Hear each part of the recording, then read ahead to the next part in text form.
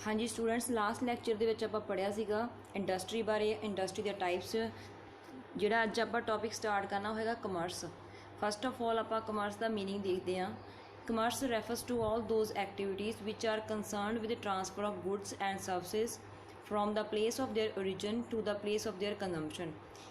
Commerce ਦਾ मतलब है कि ਉਹ ਸਾਰੇ ਕੰਮ ਜਿਹੜੇ ਕਾਹਦੇ ਨਾਲ ਕੰਸਰਨਡ ਆ, ਕੰਸਰਨ ਹੁੰਦਾ ਰਿਲੇਟਡ, ठीक है, ਜਿਹੜੇ ਕਾਹਦੇ ਨਾਲ ਰਿਲੇਟਡ ਨੇ ਜਾਂ ਕਿਸ ਚੀਜ਼ ਨਾਲ ਜੁੜੇ ਹੋਏ ਨੇ with the transfer of goods and services, मतलब गुड्स या सर्विसेज नूं पहुँचाउणा वा from the place of their origin, मतलब जितों स्टार्ट होंदियां ने to the place of their consumption, जिथे उन्हां दी जरूरत आ, ठीक है, जिथे लोग उन्होंने यूज़ कर सकन। On the other hand the process which bridges the gap between producer and consumer is called as commerce.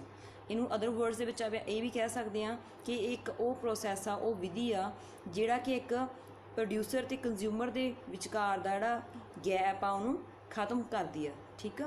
ये डेफिनेशनस काफ़ी ने, बट आप एक डेफिनेशन करनी आ।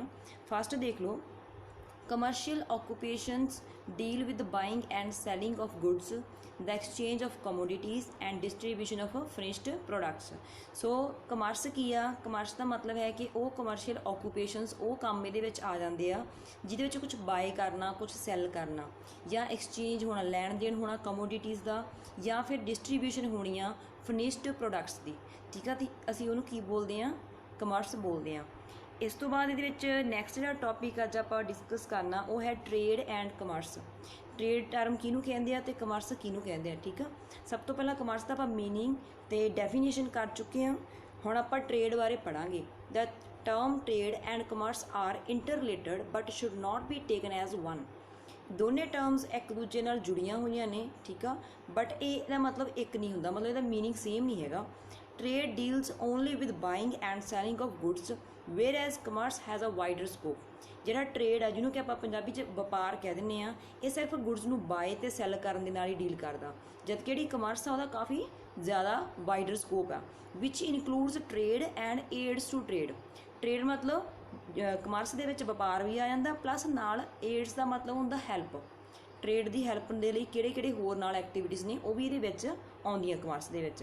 सो besides trade it also include the activities which help in expansion of trade, मतलब trade तो अलावा इस दे विच होर भी बहुत सारे काम शामिल ने कमर्स दे विच जिहड़े कि ट्रेड की एक्सपेंशन करते हैं, ठीक है, मतलब अगे वधाउण च व्यापार करन च हैल्प करते हैं। सो हुण किहड़ियां चीज़ां ने जिहड़ियां हैल्प करदियां ने ट्रेड की, वो है ट्रांसपोर्ट, मतलब एक जगह तो दूजी जगह समान पहुँचाउणा।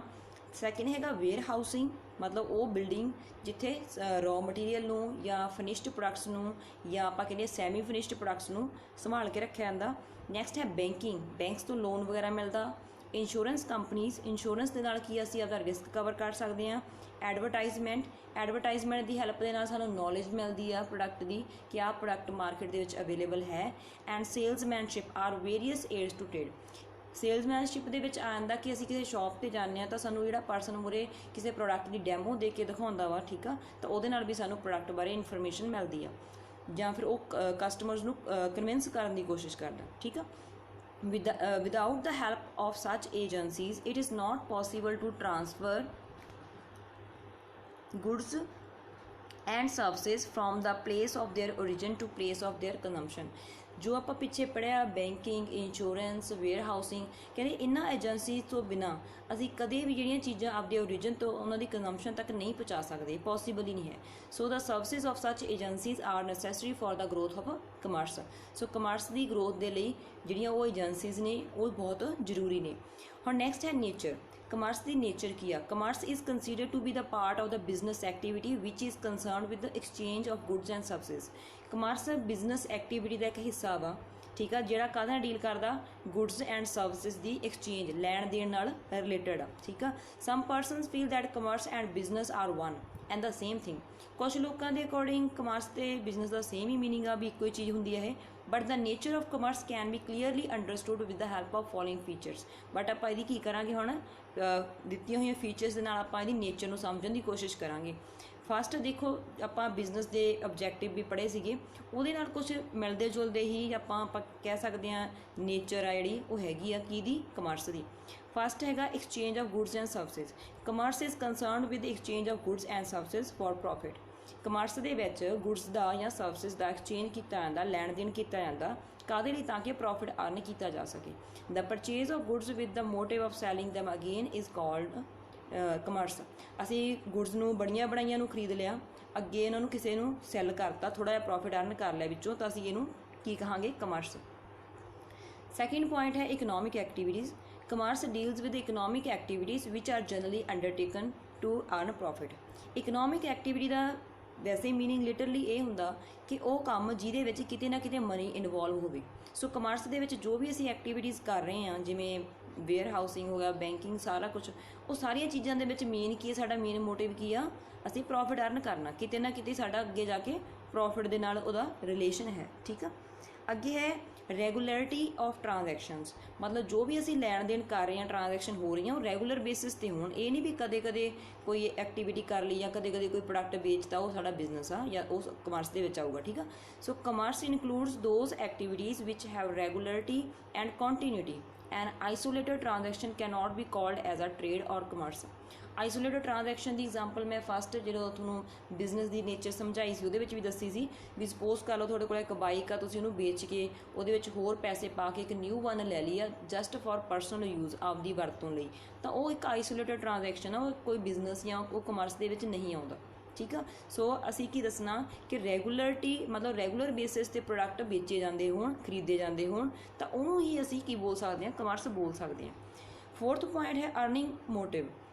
ਦ trading activities are undertaken with the aim of earning profits. ਜੋ ਵੀ ਅਸੀਂ ਵਪਾਰ ਕਰ ਰਹੇ ਹਾਂ, ਉਹ ਐਕਟੀਵਿਟੀਜ਼ ਕਿਸ ਏਮ ਨੂੰ ਮੁੱਖ ਰੱਖ ਕੇ ਕਰਦੇ ਹਾਂ ਕਿ ਅਸੀਂ ਪ੍ਰੋਫਿਟ ਅਰਨ ਕਰਨਾ। Profit is a reward for undertaking commercial activities as without profit no activity can be called as trading activity. ਕਹਿੰਦੇ ਜੋ ਵੀ ਸਾਨੂੰ ਪ੍ਰੋਫਿਟ ਹੁੰਦਾ ਸਾਡੇ ਕੰਮ ਤੋਂ, ਉਹ ਸਾਡੇ ਲਈ ਇੱਕ ਰਿਵਾਰਡ ਆ, ਇੱਕ ਸਾਡੇ ਲਈ ਇਨਾਮ ਆ। ਠੀਕ ਆ। ਕਿਉਂਕਿ ਅਸੀਂ ਜਿੰਨੀਆਂ ਵੀ ਕਮਰਸ਼ੀਅਲ ਐਕਟੀਵਿਟੀਜ਼ ਕੀਤੀਆਂ ਉਹਦਾ ਇੱਕ ਰਿਵਾਰਡ ਮਿਲਦਾ ਸਾਨੂੰ ਪ੍ਰੋਫਿਟ ਦੇ ਰੂਪ 'ਚ।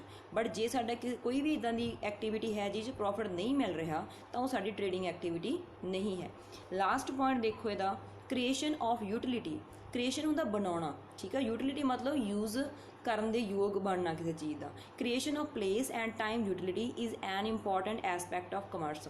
ਮਤਲਬ ਜਿਹੜੀ ਜਗ੍ਹਾ 'ਤੇ ਚੀਜ਼ ਚਾਹੀਦੀ ਹੈ, ਜਿਹੜੇ ਸਮੇਂ ਚਾਹੀਦੀ ਆ, ਉਸ ਸਮੇਂ 'ਤੇ ਉਹ ਪਹੁੰਚ ਜਾਣਾ ਜਾਂ ਉਸ ਜਗ੍ਹਾ 'ਤੇ ਉਹਦਾ ਪਹੁੰਚ ਜਾਣਾ ਹੀ ਕੀ ਬੋਲਦੇ ਆਪਾਂ? Creation of place and creation of time utility. Mainly the goods are produced in anticipation of demand. ਜੋ ਵੀ ਗੁੱਡਸ ਬਣਾਈਆਂ ਜਾਂਦੀਆਂ ਨੇ ਉਹ ਐਂਟੀਸਪੇਟ ਕਰਕੇ ਬਣਾ ਲੈਂਦੇ ਵੀ ਚਲੋ ਇੰਨੀ ਕੁ ਡਿਮਾਂਡ ਆਉਣ ਵਾਲੇ ਟਾਈਮ ਦੇ ਵਿੱਚ ਹੋਊਗੀ। So the traders have to store the goods to sell them in future. So ਜਿਹੜੇ ਟ੍ਰੇਡਰ ਹੁੰਦੇ ਆ, ਵਪਾਰੀ ਹੁੰਦੇ ਆ, ਉਹ ਗੁੱਡਸ ਨੂੰ ਸਟੋਰ ਕਰ ਲੈਂਦੇ ਆ ਕਿ ਭਵਿੱਖ ਦੇ ਵਿੱਚ, ਫਿਊਚਰ ਦੇ ਵਿੱਚ ਅਸੀਂ ਇਹਨਾਂ ਨੂੰ ਸੈੱਲ ਕਰਾਂਗੇ। Thus the time utility is created in the goods. So ਇਸ ਤਰੀਕੇ ਨਾਲ ਕਿ ਟਾਈਮ ਯੂਟਿਲਿਟੀ ਕ੍ਰੀਏਟ ਹੋ ਗਈ। Commerce also create place utility through transporting. Transportation ਦੀ ਹੈਲਪ ਦੇ ਨਾਲ, ਮਤਲਬ ਟਰੱਕਸ, ਬੱਸਿਸ ਜਾਂ ਆਪਾਂ ਕਹਿ ਦਈਏ ਬਾਏ ਐਰੋਪਲੇਨ ਜਾਂ ਬਾਏ ਟ੍ਰੇਨ, ਕੋਈ ਵੀ ਤਰੀਕਾ ਵਾ, ਅਸੀਂ ਕੀ ਕਰਦੇ ਹਾਂ? ਇੱਕ ਜਗ੍ਹਾ ਤੋਂ ਦੂਜੀ ਜਗ੍ਹਾ ਸਮਾਨ ਨੂੰ ਪਹੁੰਚਾ ਦਿੰਦੇ ਹਾਂ। The goods from one place to another. ਠੀਕ ਆ। ਤਾਂ ਉਹਨੂੰ ਅਸੀਂ ਬੋਲ ਸਕਦੇ ਹਾਂ ਕਿ ਅਸੀਂ ਕੀ ਕ੍ਰੀਏਟ ਕੀਤਾ? ਪਲੇਸ ਯੂਟਿਲਿਟੀ ਕ੍ਰੀਏਟ ਕੀਤੀ। ਠੀਕ ਆ ਬੇਟਾ।